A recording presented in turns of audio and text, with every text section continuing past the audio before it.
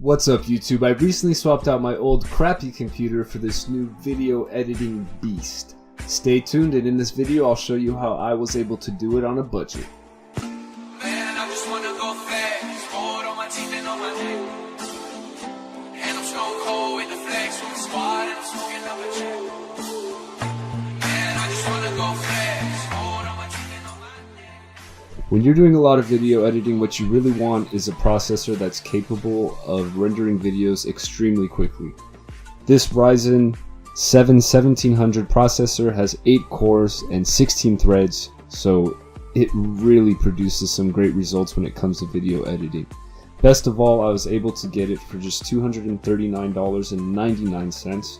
Compare that to $279.99, which is the price that it goes for on Amazon. For my hard drive, I decided to go with this Samsung Evo 500GB solid state hard drive. I felt like I needed a little bit more on my solid state hard drive to really install all of the software that I use regularly for my video editing. Power supplies are one of those areas where you can actually go pretty cheap. I went for this, which is just a basic 650 watt power supply. It cost me $44.99. Once again, I decided that the case was something that I could spend a little bit less on since it doesn't really affect performance, so I went with this Corsair Redshift case. It actually has some pretty cool features like a see-through side panel, and it has some really nice red lighting and 3 fans, and all 3 of them have red LEDs, so it's actually pretty cool, and I got it for only $54.99. I ended up getting the Gigabyte GAAD 350 gaming motherboard. So far I've been really pleased with it, and it came in at only $69.99.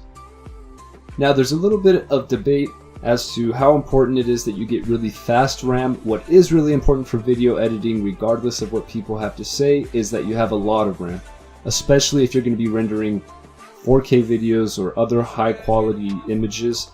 The more RAM you have, the better. It will improve your rendering time in 99% of the cases. So I decided to go with 16 gigabytes of RAM on this kit. I got 3200 speed RAM, and it cost me for 2 sticks of 8 gigabytes $209.99. Initially I was planning on going with the GeForce GTX 1050 Ti gaming card. However, it seemed like everywhere I went that card was sold out, including online, and so I decided to settle for this. It was about $59.99. I do a bit of gaming, so I wanted something that had at least 4 gigabytes of dedicated RAM, which this card definitely has. Other than that, I would say the performance is pretty mediocre, but that won't be too important if you're just sticking to video editing. So there you have it. Those are all the parts that I used in making my video editing PC. It came in at under $1,000, which was well within my budget. What I have now is a screaming fast video editing PC. It's really great. When I use Adobe After Effects, for example, I can render the sequences I'm making in real time, and it doesn't even stutter, it doesn't lag.